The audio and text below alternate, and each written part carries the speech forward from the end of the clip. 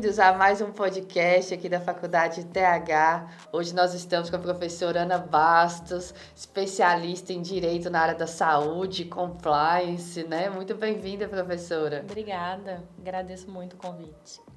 Bom, então a gente vai conversar um pouco sobre direito na área da saúde, integridade corporativa e compliance. Professor, primeiro eu gostaria de fazer uma pergunta talvez um pouco pessoal, entender como é que você chegou nessa área, como que foi a sua trajetória até hoje?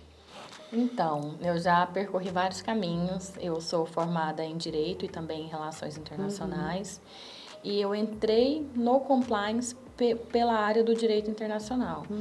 Então, eu atuei muitos anos em uma indústria farmacêutica que tinha relacionamento com empresas estrangeiras. Como eu era responsável por toda essa parte dos contratos internacionais, tinham muitas cláusulas que falavam sobre o FCPA, sobre a legislação americana, sobre a legislação do Reino Unido. Foi quando eu comecei a ter o contato com essas legislações estrangeiras, até porque a gente ainda não tinha legislação estabelecida no Brasil. E aí, quando veio, em 2013, a Lei Anticorrupção, em 2015, o decreto que regulamentou a Lei Anticorrupção, eu comecei a estudar muito o assunto, que eu já tinha um certo conhecimento das legislações estrangeiras, e comecei a me aprofundar nesse assunto e a começar a fazer esse trabalho de prestação de serviço, de implementação de programa de compliance nas empresas. Excelente. E o que te faz gostar mais dessa área? O que te chamou? Você falou, nossa, é aqui que eu vou dedicar meu tempo, minha energia. É meio subjetivo, assim, é muito essa parte da mudança, de você conseguir ver uma mudança dentro da empresa. Então, nem é tão relacionada à parte de direito, é mais relacionada à parte de pessoas mesmo, de você conversar com as pessoas e ver que muitas vezes elas agem no automático, né? Então, por que você está fazendo as coisas dessa forma? Porque sempre foi assim. E as pessoas não param para pensar, mas será que essa é a melhor forma de fazer? Será que eu posso fazer de uma forma melhor? Será que esse processo ele pode ser melhorado em algum momento, em alguma etapa? Eu posso trazer mais segurança para a empresa? Então, quando você começa a trazer esses questionamentos, você começa a ver as pessoas crescendo, as pessoas evoluindo, evitando, prevenindo alguns problemas, algumas situações dentro das empresas, e isso é muito gratificante. Então, eu acho que é muito mais por essa questão subjetiva do que mesmo pela parte do direito em si, né? Nossa, professora, mas foi ótimo você falar isso, né? Porque as pessoas, quando ouvem falar desses termos, elas acreditam que é um trabalho burocrático de escritório, um papel que é impresso e carimbado, e não afeta a vida de ninguém ali na prática, né? Mas você está falando que é exatamente o contrário. Então, muitas vezes quando a pessoa fala, compliance, muitas vezes a pessoa não sabe nem o que é. Então, quando a gente fala de compliance, a gente está falando de conformidade, de você agir conforme uma regra, conforme uma norma, né? Pode ser uma lei ou pode ser um código de conduta interna da empresa. Entendi. Pode ser um procedimento do departamento interno jurídico. É uma conformidade, é estar em compliance com aquela norma. Então, muitas vezes, o que acontece? Nem existe isso formalizado. Então, quando você chega numa empresa, e muitas vezes eles têm essa noção de burocracia, porque a gente começa a escrever algumas coisas que antes não eram escritas. Então, traz inicialmente essa visão de burocracia. Mas depois que você passa essa etapa, vamos dizer assim, burocrática, mais necessária, de formalizar os processos, de formalizar os procedimentos, de estabelecer os controles e vai para a prática, quando esses controles já estão funcionando, você começa a ver essa mudança. Então, não é um processo rápido, entendeu? Mas essa mudança é o que me atrai dentro do programa de compliance. Não é a parte burocrática, mas a mudança que você consegue ver dentro das empresas, a melhoria na gestão, na melhoria da comunicação, na melhoria da cultura da empresa. É isso que me atrai no programa de compliance. Que interessante, fiquei com vontade de estudar mais também. Professora, e onde se aplica compliance? São só empresas muito grandes, multinacionais, aí como você trabalhava? Não, na verdade, eu trabalhava numa empresa nacional, goiana, que tinha relacionamento com empresas multinacionais. Entendi. Então, assim, o programa de compliance, ele tem várias, vamos dizer assim, várias empresas, várias necessidades diferentes. por exemplo, esse caso. Uma empresa local que tinha relacionamento com empresas multinacionais. A gente vê isso muito, principalmente em alguns segmentos que envolvem saúde, que envolve a área farmacêutica, né? Que tem muita parte de importação, questão de equipamentos, de multinacionais. Então, quando você tem um relacionamento com empresas que estão subordinadas a legislações internacionais nesse assunto, você tem que ter um programa de compliance. Essencial. Por exemplo, empresas que prestam serviço para órgãos públicos. Então, tem várias organizações sociais hoje de saúde que prestam serviços, que têm contratos, né, de gestão com a Secretaria de Saúde. Tem que ter um programa de compliance, é uma exigência legal. Tem empresas que fornecem produtos ou serviços, participam de licitação também. Hoje, para alguns governos, o Estado de Goiás, o Distrito Federal, tem que ter programa de compliance. Então, depende muito da necessidade do modelo de operação da empresa.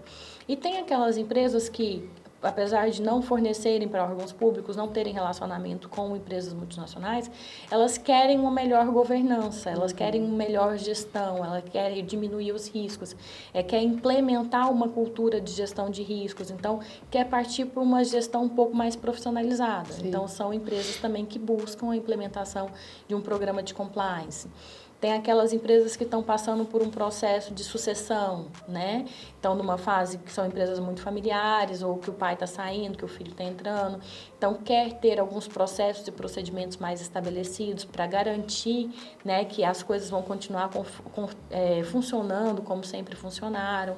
Então, depende muito do momento da empresa, mas assim, pelo que eu te falei aqui, dá para você ver que é adaptável para praticamente todas as empresas. Todas poderiam se beneficiar, né? Sim. Sim. E, professora Ana, em quais cargos, né, o profissional poderia se beneficiar desse conhecimento, mesmo que ele não atue diretamente no programa de compliance? Quais outros cargos também precisam, pelo menos, entender um pouco disso? Eu acho que toda a parte administrativa é interessante que entenda o que é um programa de compliance. Porque dentro do programa de compliance, a gente tem várias... A gente atua com várias esferas. A gente atua com a parte financeira, com a parte do RH, com a parte de marketing, de contabilidade. Então, é importante que essas pessoas entendam o que é um programa de compliance, até para elas conseguirem contribuir da melhor forma possível. Então, muitas vezes, as pessoas criam uma resistência porque é desconhecido. Sim. E a partir do momento quando ela conhece, que ela vê que vai até melhorar e trazer até mais segurança para ela, elas se sentem mais confortáveis em participar, em auxiliar, em contribuir com a melhoria, com a construção do programa de compliance e depois com aquela melhoria. Teve uma situação que eu estava numa empresa, numa parte financeira, né, fazendo um trabalho com eles na parte financeira. E aí tinham situações, por exemplo, chegavam 3 orçamentos, mas o gestor mandava fechar o mais caro. Só que não tinha assinatura, não tinha nada do gestor formalizando que aquela decisão foi dele. Então, se lá na frente fosse fazer uma auditoria ou uma fiscalização, iria verificar que não, tinha 3 propostas, 2 mais baratas, fechou mais caro. Por que fechou mais caro? Vai cair em cima do financeiro. Então, não tinha esse processo de aprovação formalizado para trazer essa segurança jurídica para esse financeiro, que a decisão não era dele, ele não tinha poder de decisão naquele momento. Então, assim, são coisas simples do dia a dia, mas que quando a gente traz para a realidade, a gente traz uma maior segurança para todos os envolvidos nesse processo. É bom para todo mundo, né? É bom para todo mundo. Professora, e para as pessoas entenderem melhor, né, sobre esse assunto, você se lembra de algum case internacional, nacional, ou mesmo aqui de Goiás, Goiânia, que as pessoas possam associar, né, que envolveu compliance? Então, um caso que eu gostaria de citar, que eu acho que é interessante, é do Albert Einstein, do Hospital Albert Einstein. Então, eles fizeram toda uma parte de criação de um comitê de auditoria de governança. Eles têm hoje uma diretoria específica que trata sobre essa questão de compliance, de risco, de governança dentro da instituição.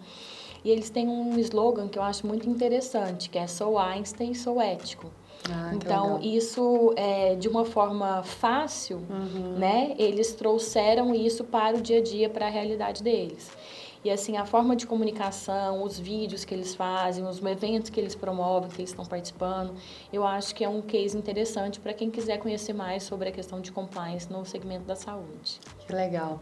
Professora Ana, e as empresas da área da saúde, elas apresentam grande diferença nesse aspecto das outras mais empresas ou não?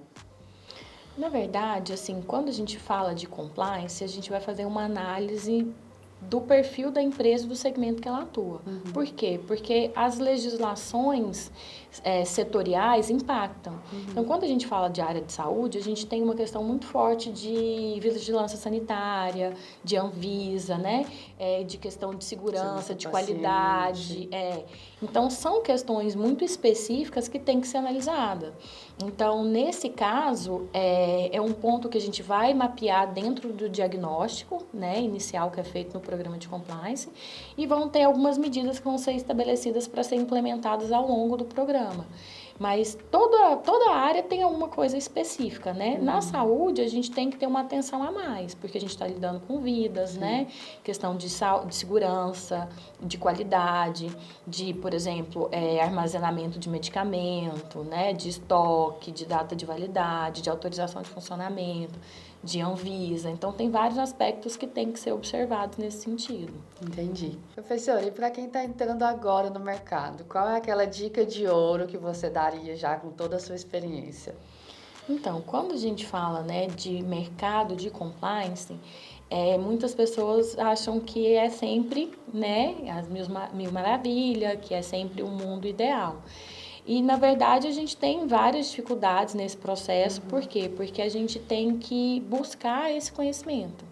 Então, a gente tem que... Não é uma questão que está pronta num livro que você vai achar tudo ali. Você tem sempre que estar buscando vários conhecimentos. Por exemplo, compliance na saúde, compliance no agro, compliance na área de TI.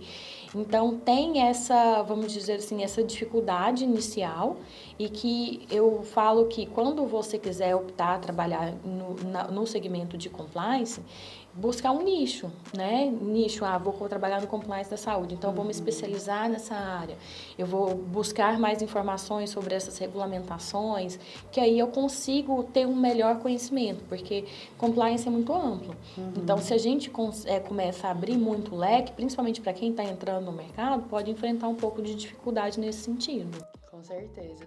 E eu acredito que muitas pessoas, assim, têm vontade de trabalhar, né, com compliance, porque pensam que é muito glamouroso, né, como você falou, é uma posição de prestígio, né, que tem altos salários. Mas a gente sabe que para cada área são necessárias características, né, pessoais e profissionais específicas. Então, qual tipo de profissional, quais são as características que a pessoa precisa ter para ela se dar bem nesse mercado? Não só técnicas, mas também pessoais. Então, nesse mercado, eu acredito que as características pessoais são até mais relevantes que as informações técnicas. Sim. Porque as informações técnicas você consegue adquirir numa pós-graduação, no curso técnico, no estudo direcionado. Agora, as características pessoais que são muito relevantes, porque quando a gente fala de um cargo, vamos supor, de compliance officer, né, a pessoa que vai coordenar esse programa de compliance dentro da empresa, ela tem que ser uma pessoa diplomática, que saiba lidar, né? Que saiba conversar desde com a pessoa da parte operacional até com o diretor da empresa. Ela tem que ser uma pessoa que saiba se posicionar de uma forma educada, porque a gente está lidando com pessoas, a gente está lidando com emoções. Então, vamos supor que aconteceu alguma situação que a pessoa vem reportar para ela tem que saber como conversar. Tem a questão da confidencialidade, né? Todas as informações têm que ser tratadas com confidencialidade.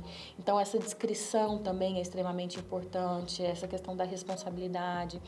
Então, são questões muito mais pessoais, eu falo assim, do que profissionais. Porque aí a parte da capacitação técnica, você busca por meio de cursos, né? Existem vários outros meios que você pode conseguir.